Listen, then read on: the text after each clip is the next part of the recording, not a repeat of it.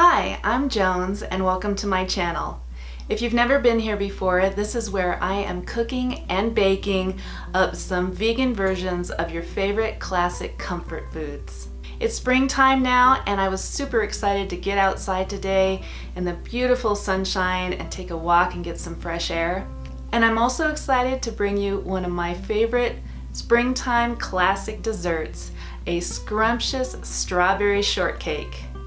This is a perfect recipe if you have a celebration coming up, like maybe Easter or a birthday, or if you just want to have something special, a special treat at home. I know we've all been stuck inside and it's nice to have something like a special treat to look forward to.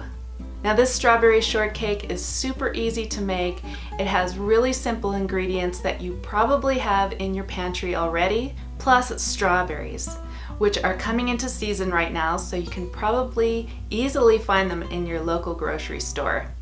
I know I went to the store the other day and they had a really nice display of fresh strawberries, both conventional and organic.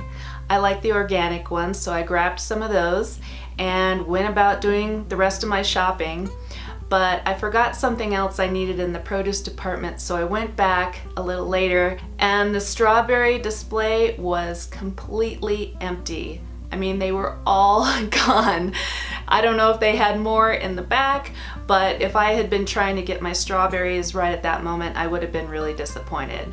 So that said, if you can't find any in your produce section, try looking in the frozen section. I know a lot of frozen foods are scarce right now, but I have noticed that the frozen fruit has stayed pretty well stocked, and I bet they have some frozen strawberries right now. I happen to have some frozen strawberries in my freezer, and that's what I'm going to be using today in combination with some fresh ones that are mostly going to be for decoration, just because I wanted to save my fresh strawberries to eat throughout the week. But you can use whatever you want. If you have frozen or if you have fresh, or if you want to combine the two, that's great. Use whatever you have. Now before we get into the recipe, please show me some support by subscribing to my channel. And you can do that by hitting the red subscribe button down below this video, and hit the bell if you want to get notified every time I post a new video. If you like this video, give it a big thumbs up and leave me a comment. Let me know what your favorite comfort food is, and maybe I can whip up a vegan version of it for you to try at home too. Now without any further ado, let's make some strawberry shortcake. Like I said, I am going to be using a combination of fresh and frozen strawberries, but you can use whatever you want. Use all fresh or all frozen or a combo. But you're going to need 4 cups, which is about 2 of those typical boxes of strawberries. And we're going to slice them and put them into a large bowl. And then we're going to add some sugar. So I ended up using about half a cup of sugar, but if you want to use less, that's okay. The sugar actually breaks down the strawberries and makes them softer and blends with the strawberry juice and to make a really nice syrup that soaks into the cake and is absolutely delicious. So the more sugar you use, the more syrup you will have, but if you want to use less sugar, that's fine. We'll set that aside, and now we're going to grease our pans. I'm using some vegan butter here and spreading it around with my fingers. If you don't want to get your fingers messy, you can use a little piece of a paper towel instead. Just make sure that the pans are thoroughly covered, including the sides, and preheat our oven to 450 degrees. This recipe calls for 2 cups of all-purpose flour, and I'm using the dip level pour method. So you dip it in to your flour, you level it off, and then pour it into your bowl. Let's try that one more time. Dip, level, pour. Tap, tap. Next, I am adding 2 teaspoons of baking powder, 1 teaspoon of salt, and 2 tablespoons of sugar. I'm using an organic cane sugar, but you can use whatever you have on hand. and just give that a little mix with a fork. And then we're going to add some vegan butter that I have sliced into little cubes to make it easier to blend in. If you have a food processor, you can use that for this, but my food processor is currently broken, so I'm doing it the old-fashioned way, and I'm just using a fork to press it into the flour until you have a coarse, crumbly texture. And then I am adding 1 cup of a plant-based milk. You can use whatever kind you like.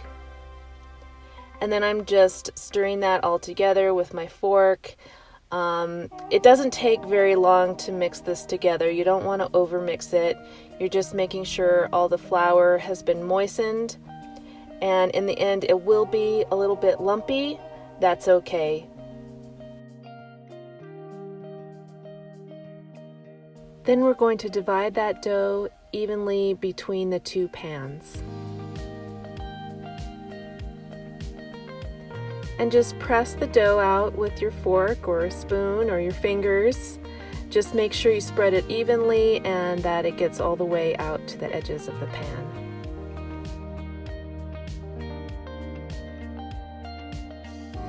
Next, I'm adding a little bit of extra vegan butter on the top that I've cut into little cubes so I can spread it more evenly. If you're concerned about the extra fat and you want to skip this step, it's fine, but I highly recommend it. It makes a nice golden brown color and a rich flavor. And then we're going to put those into the oven for about 15 minutes or until they're golden brown. Okay, so while those are baking in the oven, we're going to make our coconut whipped cream. I'm just using a regular coconut milk here that I refrigerated for a couple of hours so that it would separate and solidify the cream part, which is what we're using. You can save the rest of the watery milk for a smoothie later, but we're just using the cream. If you want, you can use regular coconut cream or coconut whipped cream. And to that, we're going to add 2 tablespoons of sugar and 1 teaspoon of vanilla extract.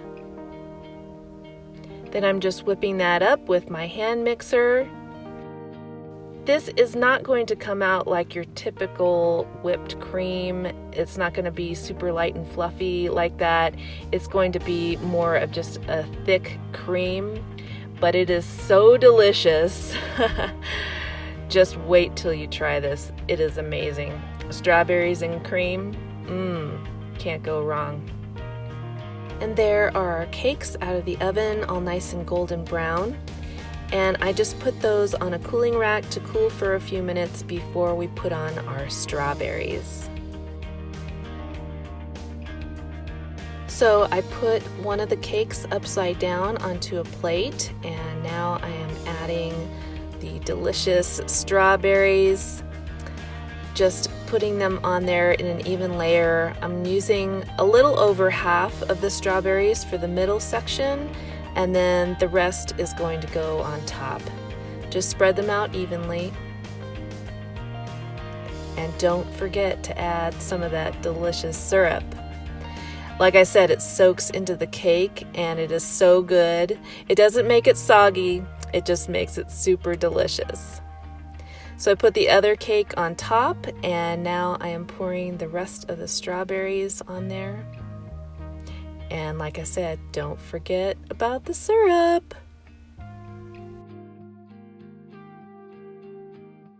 And of course, next comes the coconut whipped cream.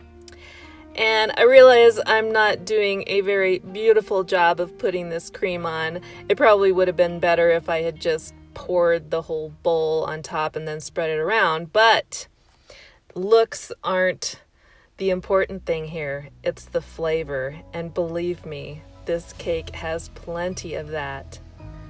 So I put some fresh strawberries on top for the decoration, and there is our beautiful strawberry shortcake.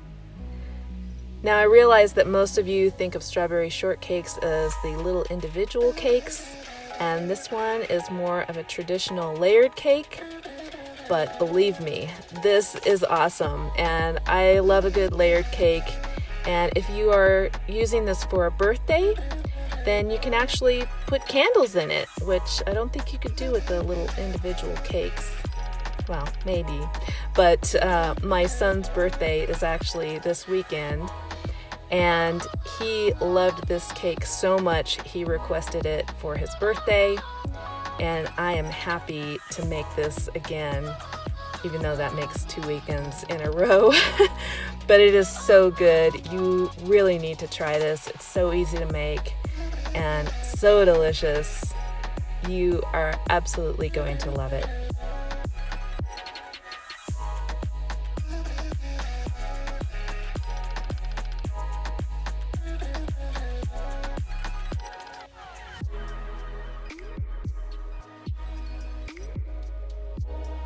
I hope you like this video and that you'll try making this at home yourself. It's really easy and really delicious. I have the full recipe on my blog at veggerarchy.com, so check that out. And I also have lots of other recipes, lots of great comfort food recipes on there as well. If you like this video, remember to give it a big thumbs up and leave me a comment and let me know what you thought and what you'd like to see in the future. For now, take care, stay safe, and I'll see you in the next video. Peace.